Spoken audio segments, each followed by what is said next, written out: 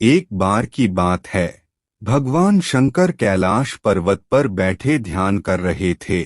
तभी माता पार्वती भगवान शंकर से मिलने आती है और माता पार्वती भगवान शंकर से कहती है, स्वामी, जब मैं आपके पास आ रही थी तब मेरी नजर 3 स्त्रियों पर पड़ी। वहां मैंने देखा कि 3 स्त्रियां जो आपस में सहेली थी, उनमें से 2 स्त्री विधवा थी जो दुख भरा जीवन व्यतीत कर रही थी, जबकि उनमें एक स्त्री सुहागिन थी जो अपने पति के साथ सुख भरा जीवन जी रही थी। प्रभु, ये बात मेरी समझ में नहीं आई, इसलिए मेरे मन मस्तिष्क में 3 प्रश्न गूंजने लगे हैं। अब मैं आपसे यह चाहती हूँ कि आप मेरे तीनों प्रश्नों के उत्तर दे और मुझे संतुष्ट करने की कृपा करे। माता पार्वती के प्रश्न सुनकर भगवान शंकर कहते हैं, पार्वती, तुम जिन स्त्रियों की बात कर रही हो उनमें से 2 स्त्रियां विधवा होकर अपना जीवन दुखी होकर व्यतीत कर रही है। तुम जानना चाहती हो आखिरकार ऐसा क्यों है, तो मैं तुम्हें एक छोटी सी कथा सुनाता हूँ। इस कथा को ध्यान से सुनना। आधी अधूरी कथा सुनने वालों को आधा अधूरा ज्ञान ही प्राप्त होता है, जो जीवन में कभी भी किसी काम नहीं आता। तुम्हारे तीनों प्रश्नों के उत्तर इस छोटी सी कथा में समाये हुए हैं। अगर तुमने मेरी इस कथा को ध्यानपूर्वक सुना तो तुम्हारे तीनों प्रश्न के उत्तर तुम्हें अवश्य मिल जाएंगे और तुम्हें संतुष्टि मिल जाएगी। माता पार्वती भगवान शंकर से कहती है, प्रभु, मैं आपकी सभी बातों से सहमत हूँ। आप कथा शुरू कीजिए, मैं इस कथा को ध्यानपूर्वक सुनूंगी। जब तक आप कथा सुनाएंगे तब तक मेरा मन कहीं और नहीं जाएगा।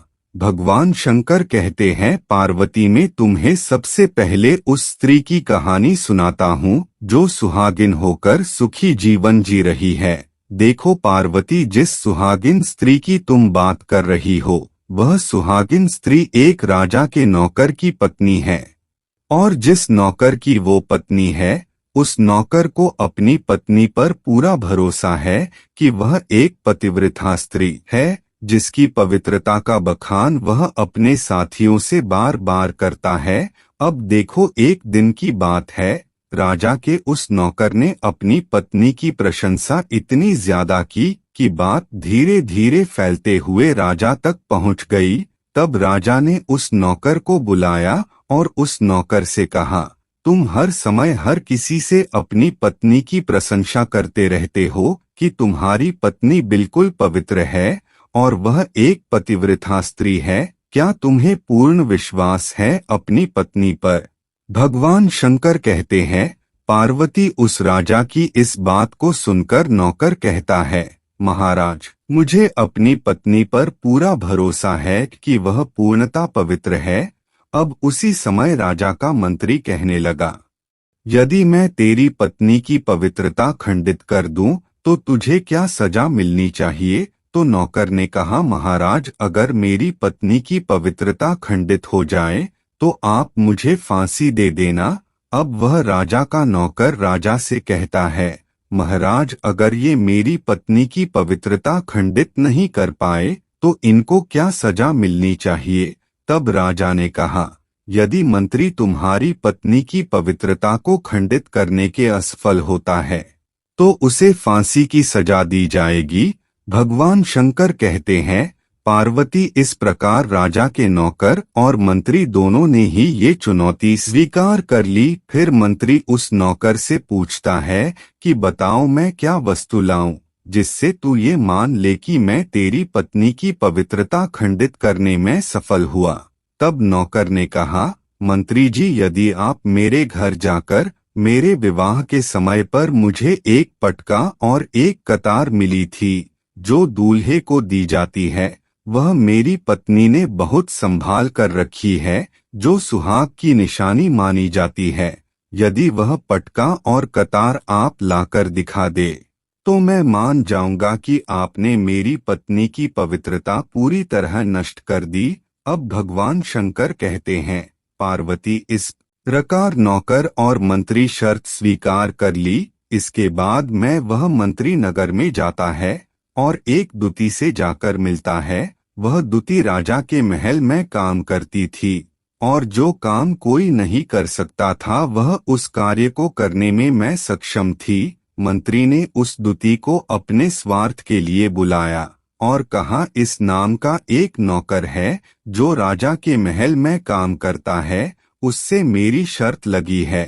मंत्री ने उस दूती को सारा वृतांत सुनाया। फिर मंत्री कहता है, तू किसी भी तरह से मेरा संपर्क उस नौकर की पत्नी से करा दे।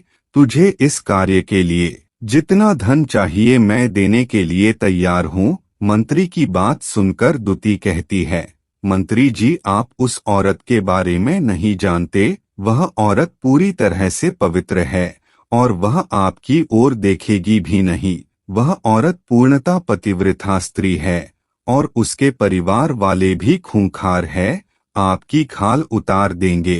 तब मंत्री कहता है, ठीक है, यदि तू उससे मेरा संपर्क नहीं करा सकती तो एक काम कर दे, तू उस नौकर के घर जाकर वह पटका और कतार चुरा कर ला दे और उसकी पत्नी के शरीर पर कोई गुप्त चिन्ह हो तो वो भी देखकर मुझे बता दे, फिर मैं तुझे मुँह मांगा इनाम दूंगा।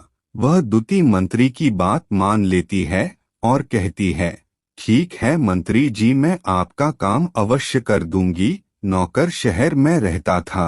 दूती उस नौकर के घर जाती है और उसकी पत्नी से जाकर कहती है, बेटी, मैं तेरे पति की बुआ हूँ, मैं कई वर्षों के बाद आई हूँ। तब नौकर की पत्नी कहती है, आओ बुआ जी, मैंने आपको पहली बार देखा है इसलिए मैं आपको पहचान नहीं पाई।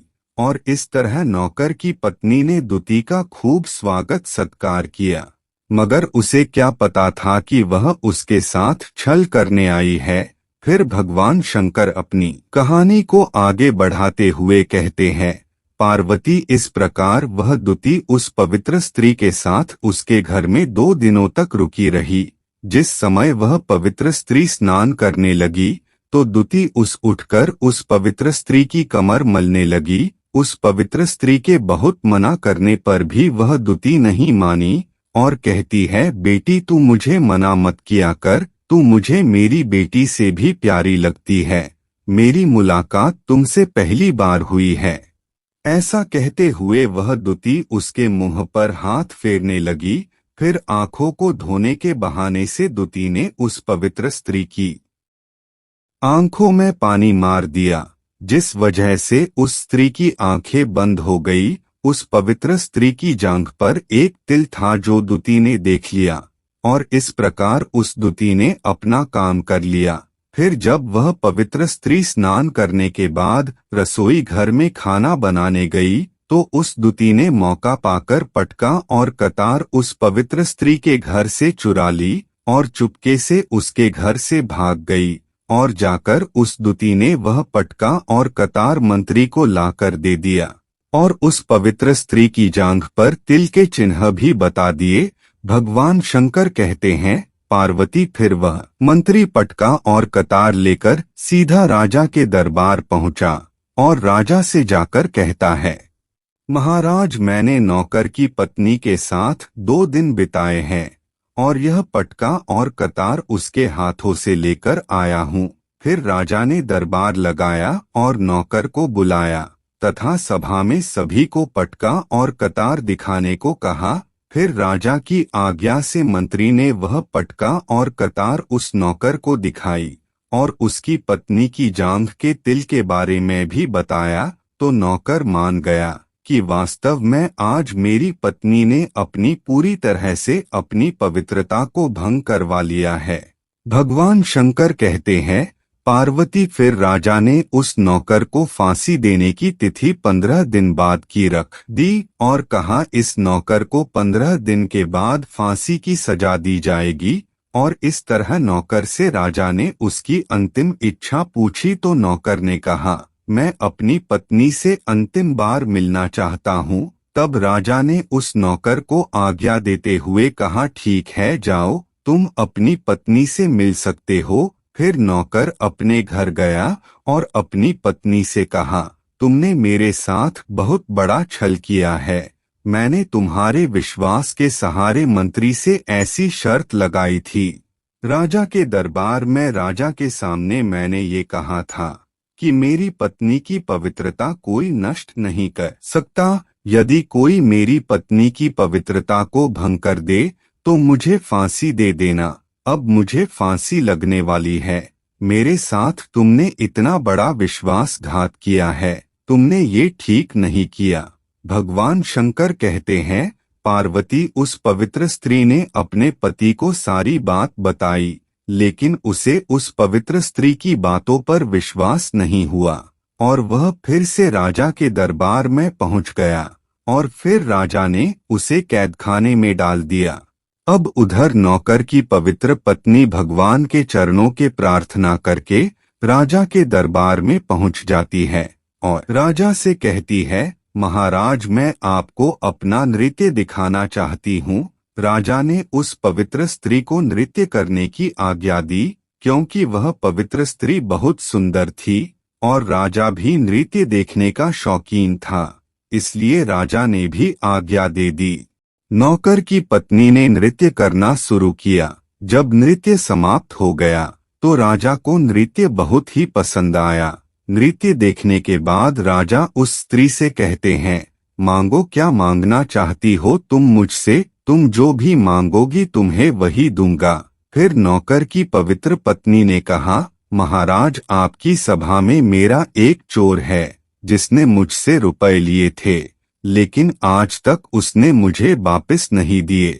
उसे फांसी की सजा दे दीजिए। तब राजा कहता है, ठीक है, पर तुम मुझे पहले ये तो बताओ आखिर वह चोर है कौन? आखिर मेरे दरबार में तुम्हारा चोर कौन है? उसका नाम क्या है? मैं उसे अवश्य फांसी की सजा दूंगा।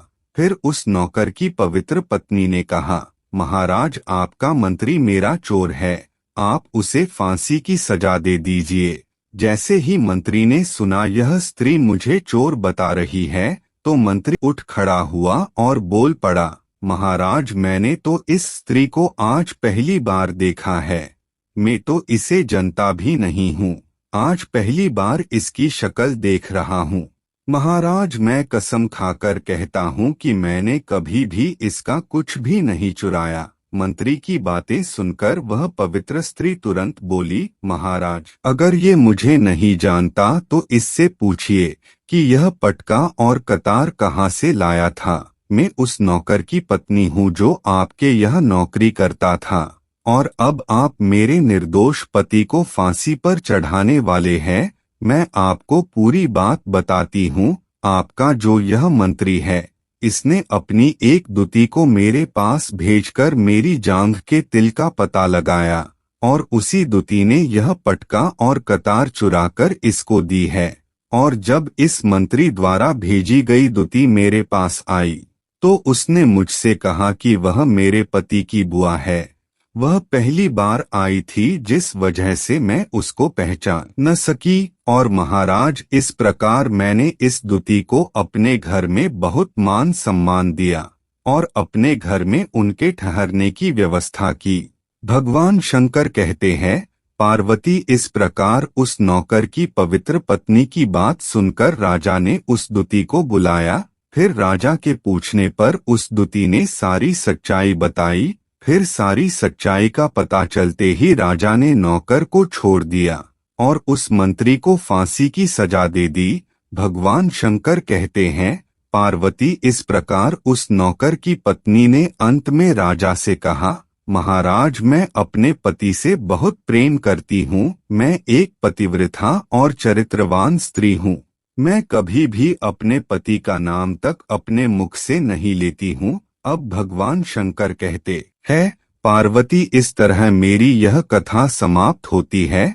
अब तुम अपने तीनों प्रश्नों के उत्तर सुनो। तुम्हारा पहला प्रश्न था कि कौन सी स्त्री समय से पहले विधवा हो जाती है, तो इसका उत्तर है, जो स्त्रियां अपने पति का नाम लेती है वह समय से पहले विधवा हो जाती है, क्योंकि पति का नाम लेने से पति की उम्र कम होती है, जिसके कारण समय से पहले ही उसके पति की मृत्यु हो जाती है।